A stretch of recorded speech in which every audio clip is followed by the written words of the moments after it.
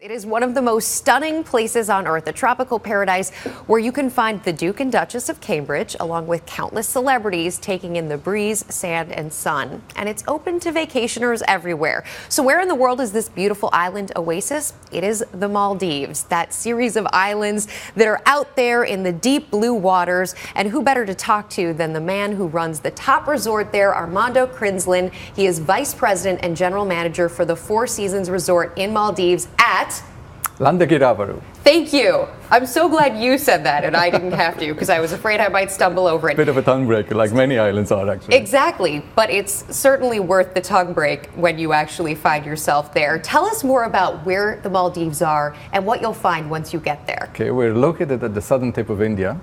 It's a chain of 1,200 islands spread over 1,000 kilometers. And only 350,000 people live there. That's usually about an average of 500 to 1,000 people per island, and there is one big island with the capital. Fantastically pristine. I've been living there for 11 years. It's become my home.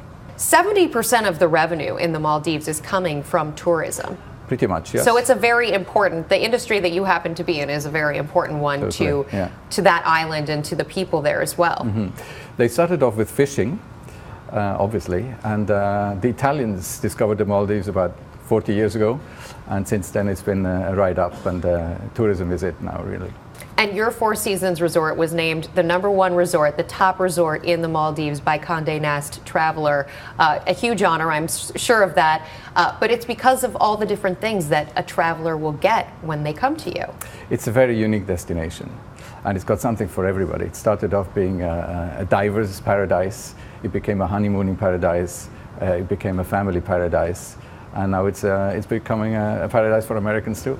And it's also becoming a place, you have a lot of science discovery going on there. There's a lot of people who are studying the land, and one of the reasons for that is because there have been these, the research has said one storm could knock out the islands. Well, the highest point in the Maldives is 1.5 meters. How is that? 1.5 yards? Right. And so it doesn't take much, right? It's low-lying. Yeah, very much so. I was there during the tsunami. It was a bit frightening. And it's a very fragile marine environment. We have 50 marine biologists on staff, and they answer all these questions that our guests have every Marine day. biologists on staff at your hotel? That's right. We have a great conservation station. I've never heard of a hotel that has 15 marine biologists on staff. Yeah. We research manta rays, we research coral propagation, we have a fish breeding lab, we have a clinic for injured turtles, we do all sorts of stuff. And you also let people do all sorts of stuff, from swimming with those sharks to the manta rays. That's right. Vegetarian sharks. Vegetarian sharks. Do you have shark on the menu there? No, we don't. Of course not. Okay. Of course not. And there's also seaplanes and surfing. We've been seeing pictures of all of these things that people can do.